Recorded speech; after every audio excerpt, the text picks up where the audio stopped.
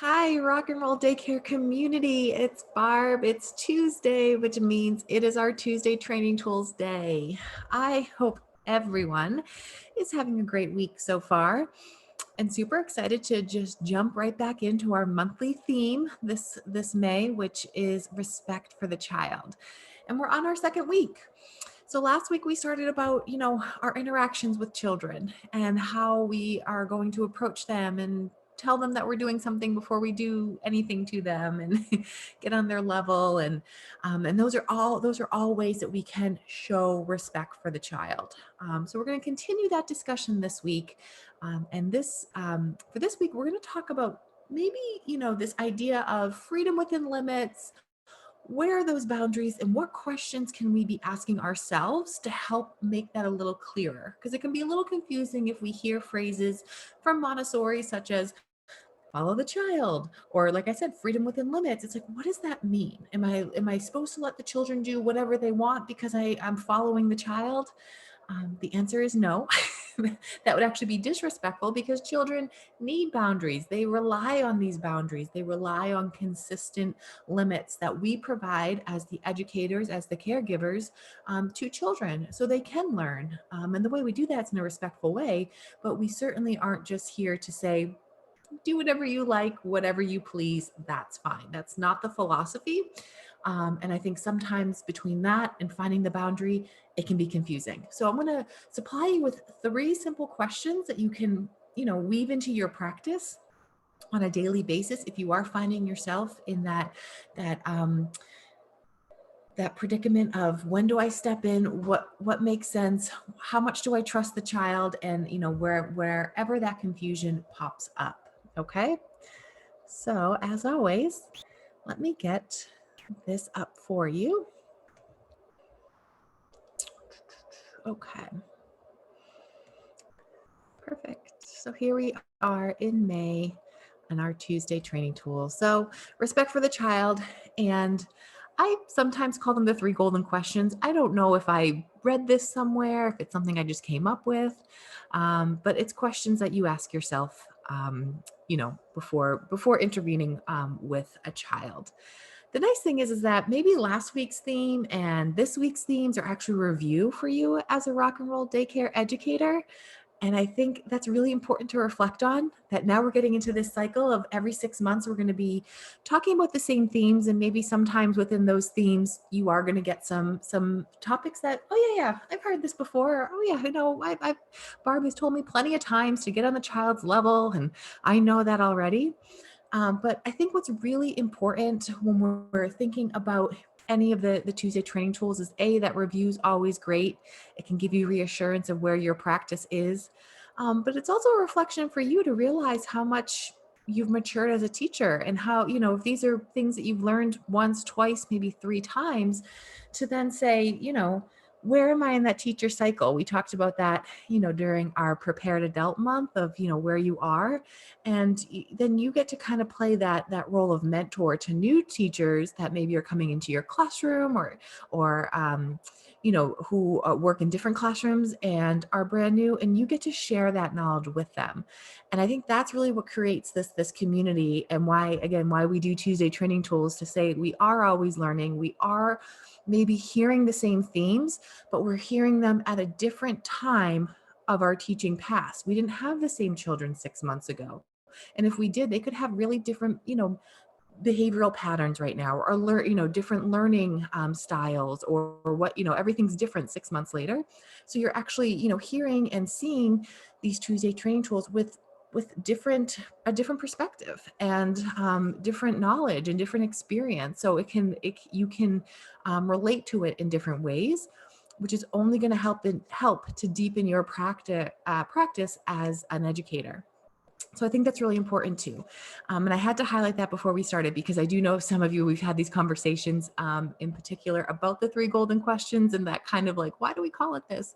So I just had to add that in before we went on. If this is a review, great. And just take the tips that I just shared to continue to help strengthen your community at your centers. But for those of you who don't know 3 golden questions, here we go. So we talked about earlier in this, the intro to this video, we talked about freedom within limits, okay? And this is really important because we do in our classrooms and our learning environments want to give children as much freedom and as much opportunity for independence as possible.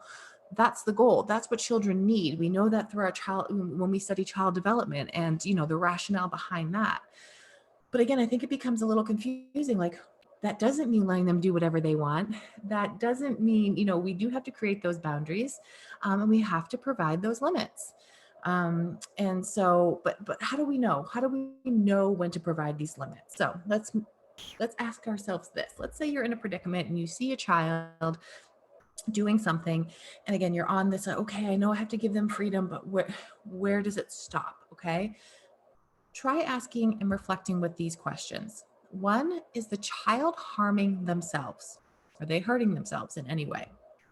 Two, is the child harming others? Is he hurting a friend, anyone in the classroom, a teacher? And then lastly, is the child harming or hurting the environment or the learning materials? If you answered yes to any of those, you definitely want to step in and intervene. That's your role as the teacher, to keep the child safe, other children safe, and the environment safe. So safety is always a non-negotiable when you'll step in. But if not, if you answer no, if you're observing a child and you answer no to any of those questions, here's your opportunity to actually, this is a way to show respect for the child, because ultimately what you're doing is you're stepping back, and that's forcing you to observe more, because the child's safe.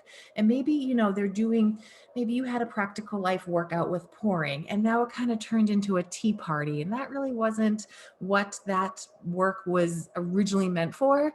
But if you see, okay, well, they're not hurting the materials, they're concentrating, they're, not hurting themselves, then you can step back. That's showing respect.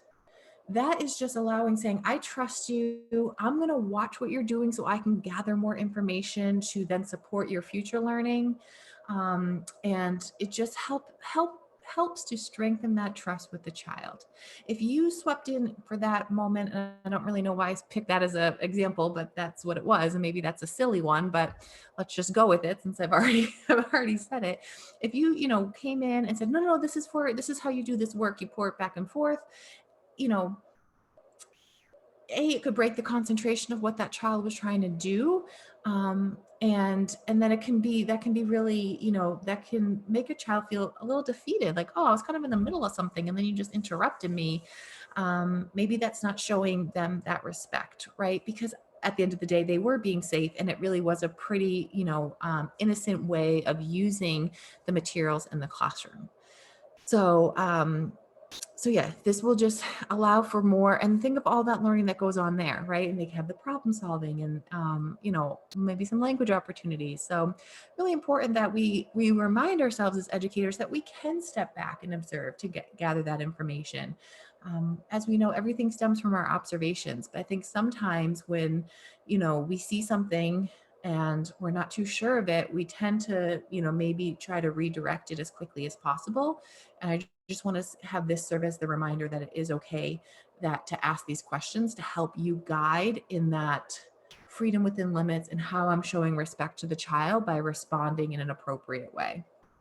And we get to, and this ultimately allows them, you're still keeping everyone safe and you're providing those consistent boundaries.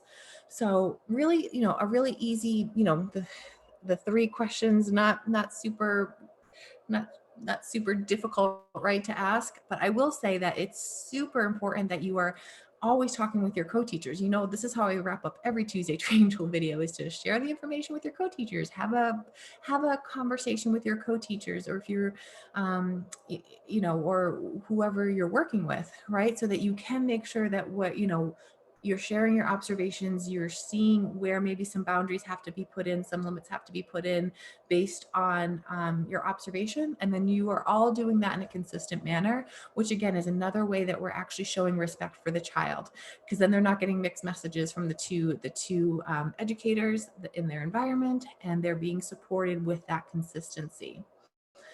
So I know it can be a little confusing. I know it's, there's no straight answer. When a child does this, you should always do that. There's so many factors that go into it, but hopefully if you at least start the guidance of how you're, if you start your observation of how you're guiding the children with these three questions, I think it can eliminate a lot of that. Ooh, what do I do here, right off the bat? So I always like to reintroduce or introduce, if you're newer, these questions as the foundation, and a great way to show that respect to each child in your classroom and learning environment. So if you have any questions, we are here, and we will continue next week with another topic about respecting the child. And I can't wait. Thank you, everyone, and I hope you have a great week.